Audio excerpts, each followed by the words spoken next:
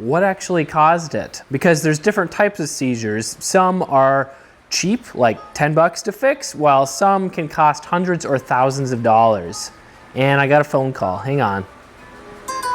Starting with probably the easiest reason or cause is you submarined your bike. When I was out riding in Colorado, a buddy of ours was on a KTM 350 SXF and he was ahead of us, and what do you know, we found him. His bike, nowhere to be seen. He was standing in a creek. Oh wait, his bike was underwater. Ooh! Nice. The engine sucked up water and now it won't start.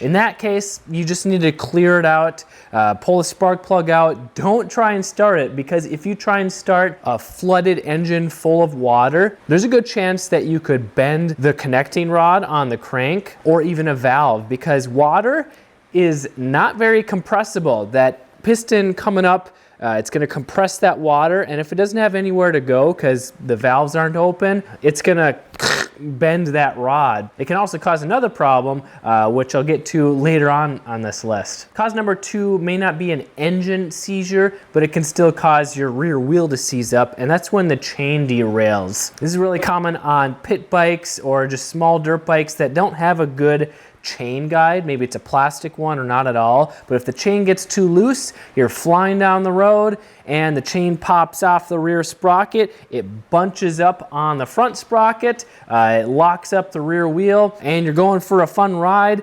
Hopefully you didn't crash. First, you need to unjam the chain, which can be a pain in the butt to begin with. Put it back on the sprocket, make sure it's properly tensioned.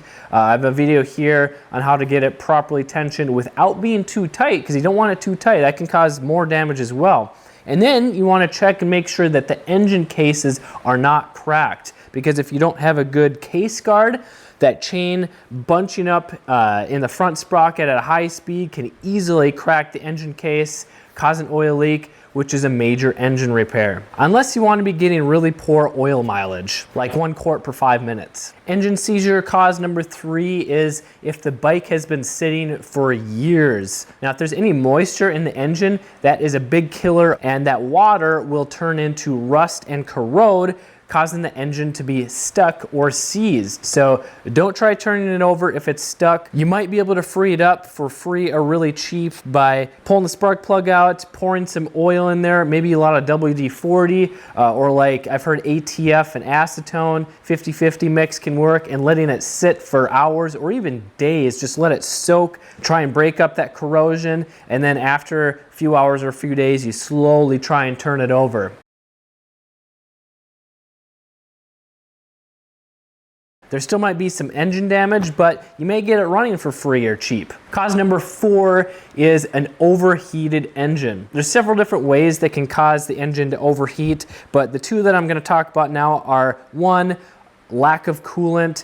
This could be from a coolant leak or from a lot of overheating, riding at low speeds where the coolant just keeps spewing out of the overflow and you never check it, and it gets so low that it can't properly cool the engine down. Obviously, you have to have a liquid-cooled bike with radiators. An air-cooled bike, this isn't going to happen, or it's not likely to happen. But if it gets too hot for too long, the top end's going to melt, it's going to overheat and seize or glue together or weld together because it got too hot. Or 2, it could be caused by lean jetting. Lean jetting isn't likely to burn down your engine if you're riding at low RPM, low speed, but if you're constantly riding at wide open or high RPM and the jetting is too lean, that is where the engine can overheat and melt down the piston more easily. It may not seize, it may actually just burn a hole in your piston or just lose compression. But if you're unsure on the jetting, I encourage you to grab my free guide. It's the 6 alarming signs that your dirt bike is running too rich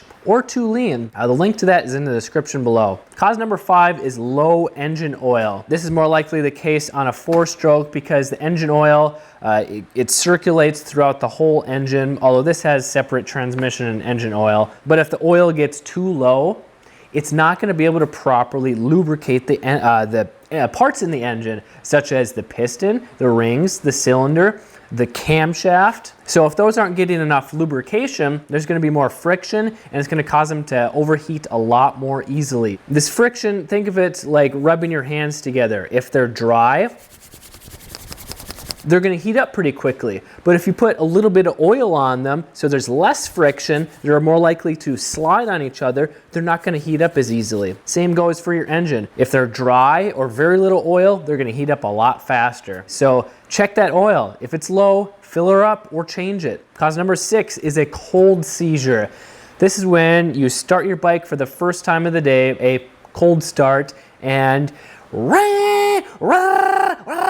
you rev it up really high because it either sounds cool, you want to impress your buddies, or you're just trying to warm up your bike faster. You want to get going and ride. But what this is doing is essentially the piston and the cylinder, they're different materials and different thicknesses, and they warm up at a different rate. So if you try and warm it up too quickly, that piston is going to expand faster because metal, it grows bigger as it gets hotter. That piston is going to grow into the cylinder, and there needs to be a certain amount of clearance between the piston and the cylinder. And if the piston grows too quickly, it's going to run into that and cause excessive wear and tear, scoring.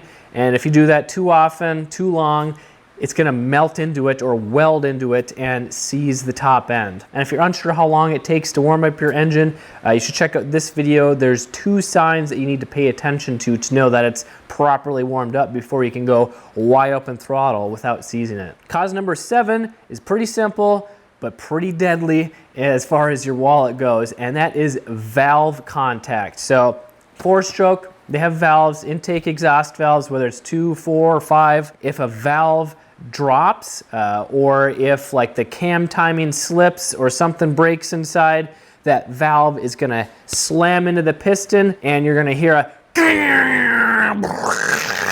something really ugly. Your rear wheel's going to lock up if you're riding, and you're going to be like, oh great, what just happened? This is when you have an older bike like this. That type of rebuild is probably going to cost more than what the bike is actually worth, unfortunately. And you might be better off parting the bike out rather than rebuilding it if you're on a tight budget. Cause number 8 is when there's no oil in the fuel. Obviously, this is for 2-strokes because they require oil to properly lubricate the top end. And this goes for premixed or oil-injected bikes because if you don't put the proper amount or any oil in your gas, so it's just straight gas, there's going to be way more friction in the engine. It's only going to last probably a few minutes before the engine seizes. Now, even if you have oil injection, typically, most oil-injected dirt bikes are pretty reliable these days, but if it happens to fail, it's not injecting enough or any oil at all, or maybe you forget to add oil to that tank, oops. If it's not getting oil, it's gonna overheat and seize the engine. Cause number 9 is a broken clutch. Now, the engine produces the power, but then it goes through the clutch, through the transmission, and out the counter shaft to the rear wheel. So if something in the clutch breaks, that's gonna stop everything from rotating. So if your bike locks up and you're not sure if it's the engine or not, you don't wanna tear it apart yet, just pop the clutch cover off, see if anything's broken or is fallen out of there. Cause number 10 is broken starter or kickstart gears, whether it's electric start or maybe they're the starter gears for your electric start system. I know on like older air-cooled bikes like the CRF 150F from like 03 to 05, if you modify the engine so it has higher compression, and since it has kickstart, the kickstart gears aren't meant for that higher compression because you have to kick harder. So if you kick too hard or just after so many times, the case can actually break, and in some case the kickstart gears can break as well. So if those break, you're not going to be able to turn the engine over. You're going to have to replace the gears, possibly the side case, just anything that's broken. And cause number 11 is when the flywheel key breaks. You got the flywheel with the stator that when that spins, when the engine's spinning, that's powering all the electrical stuff, but that and the weight itself, they're keyed in on that shaft. So when you slide it on the shaft, there's a key that it slides into. If there was no key, the stator would just spin on that shaft, not at the same RPM as the engine. So if that key brakes in there that holds the stator in a specific spot, the timing of your engine may be off and the valves could be hitting the piston, or maybe it's just grinding on the gears or something inside. That flywheel key can shear or break when you try and start a flooded engine. So make sure you check that when you're doing an engine rebuild if your engine did seize. Otherwise, if you go and try and start it and the timing's off, you could do more damage again. So please make sure the flywheel key is good. And if you want to know 3 mistakes that kill the reliability of your engine, whether it's 2-stroke or 4-stroke, you should check out these videos here. I'm Kelly Fagan from MX Hideout. Ride safe, have fun.